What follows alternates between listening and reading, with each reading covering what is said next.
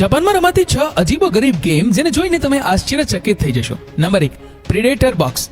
દોસ્તો, આ ગેમને આપણે જાપાનીઝ સ્ટાઇલમાં ખતરો કા ખિલાડી પણ કહી શકીએ છીએ. આ ગેમમાં સામેલ ખેલાડીઓ અલગ અલગ ખતરનાક સ્ટન્ટ કરતા જોવા મળે છે. આ સિવાય ખેલાડીઓને કાચની પેટીમાં બંધ કરી દેવામાં આવે છે અને તેમને ખતરનાક પ્રાણીઓના ઘેરામાં છોડી દેવામાં આવે છે. પ્રાણીઓ તે બોક્સ ખોલવાનો અને તોડવાનો પ્રયાસ કરે છે. આ દરમિયાન બોક્સમાં રાખવામાં આવેલા પ્લેયરના એક્સપ્રેશન, હાર્ટબીટ અને બ્લડ પ્રેશર મશીન દ્વારા ચેક કરવામાં આવે છે. આમાં જોવામાં આવે છે કે ખેલાડી કેટલો ડરી ગયો છે અને કેવી પ્રતિક્રિયા આપી રહ્યો છે. આ આધાર પર જ ખેલાડીઓને નંબર આપવામાં આવે છે.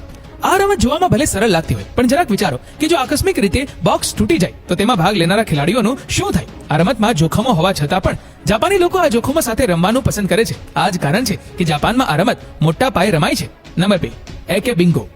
આ ગેમ 1 ઓક્ટોબર 2008 ના રોજ શરૂ કરવામાં આવી હતી. આ રમત ખૂબ જ વિચિત્ર છે. મોટાભાગના લોકો આ ગેમ જોવાનું પણ પસંદ નહીં કરે, પરંતુ જાપાનના લોકો આ ગેમના દીવાના હોય છે. આ રમતના નિયમો એ છે કે એક જંતુને કાચની નળીમાં નાખવામાં આવે છે. તે ટ્યુબની બંને બાજુએ એક ખેલાડી બેઠો છે. આમાં ખેલાડીઓએ તે નળીમાં રહેલા જંતુને મોં દ્વારા ફૂંક મારીને અન્ય ખેલાડીના મોંમાં ધકેલવાનો પ્રયાસ કરવાનો હોય છે. જે ખેલાડી બીજાના મોંમાં કીડો મોકલવામાં સફળ થાય છે તે આ રમતનો વિજેતા બને છે. સામાન્ય છોકરીઓ જંતુઓને જોઈને 4 ડગલા પાછળ હટી જાય છે, ત્યારે જાપાની છોકરીઓ આ જંતુઓને મોંમાં લેવા તૈયાર રહે છે. કદાચ તેથી જ જાપાનીઓ વિશ્વના અન્ય લોકો કરતા અલગ હોવાનું કહેવાય છે.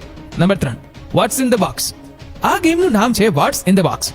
દોસ્તો, આ ગેમમાં બંધ બોક્સમાં કંઈક વસ્તુ મૂકવામાં આવે છે. આ રમતમાં ભાગ લેનારી છોકરીઓએ બોક્સમાં શું છે તે જોયા વગર તેને માત્ર સ્પર્શ કરીને જણાવવાનું હોય છે. છોકરીઓ બોક્સની પાછળ ઊભી રહે છે અને તેમના હાથની મદદથી તે બોક્સમાં શું છે તે શોધે છે. સાંભળવામાં સહેલું લાગે છે કે કોઈ પણ વ્યક્તિ સ્પર્શ કરીને કહી શકે છે કે બોક્સમાં શું છે, પરંતુ આ એટલું સહેલું નથી, કારણ કે બોક્સમાં જંતુઓથી માંડીને દેડકા અને સાપ સુધીના ખતરનાક જંતુઓ હોઈ શકે છે. આવી સ્થિતિમાં આ રમત થોડી ખતરનાક છે, પરંતુ તે જાપાનીઓ માટે આનંદદાયક છે. નંબર 4, બોઇલિંગ બાથ. દોસ્તો, આ રમત એકદમ વિચિત્ર અને પાગલ છે. આ રમતમાં ખેલાડીઓ ગરમ પાણીથી ભરેલા ટબ પરથી પસાર થાય છે. આ સમય દરમિયાન કોઈ પણ તેમને ધક્કો મારીને ગરમ પાણીમાં પાડી શકે છે. જે પ્રતિસ્પર્ધી આ પાણીમાં પડે છે તે રમતમાંથી આઉટ થઈ જાય છે, એટલે કે હારી જાય છે. આ ગેમનો પહેલો નિયમ એ છે કે પ્રતિસ્પર્ધી આ ગેમમાં ફક્ત અંડરગાર્મેન્ટ્સમાં જ ભાગ લઈ શકે છે. નંબર 5, વેક હર અપ. શું કોઈ સૂતેલાને જગાડવો એ પણ કોઈ રમત હોઈ શકે? આપણે ત્યાં તો ઘણીવાર કોઈને હેરાન કરવા માટે આવું કરવામાં આવે છે, પરંતુ જાપાની લોકોએ તેને પણ એક રમત બનાવી દીધી છે. ખરેખર આ જાપાનમાં ખૂબ જ પ્રખ્યાત ગેમ છે. આ રમતમાં છોકરીઓને સૂઈ જવાનું હોય છે. હવે સામેની ટીમના ખેલાડીઓએ જોવાનું છે કે છોકરીઓ ખરેખર સૂઈ રહી છે કે ઊંઘનો ઢોંગ કરી રહી છે. તે જાણવા માટે તેઓ છોકરીને જગાડવાનો પ્રયાસ કરે છે. છોકરીઓને જગાડવા તેઓ જોક્સ સંભળાવે છે અથવા છોકરીઓને જગાડવા માટે ઘણી જુદી જુદી પદ્ધતિઓ અપનાવે છે. જો સૂઈ રહેલી છોકરીઓ થોડું પણ હસે અથવા એવું દેખાય કે તે સૂતી નથી તો તે આ રમતમાં હારી જાય છે. Number 6, human Tetris. Human Tetris એ જાપાનમાં રમાતી લોકપ્રિય રમત છે. આ ગેમ પર આધારિત ઘણા ટીવી શો પણ છે. આ રમતમાં ફરતી દિવાલ પર વિવિધ આકૃતિઓ બનાવવામાં આવે છે.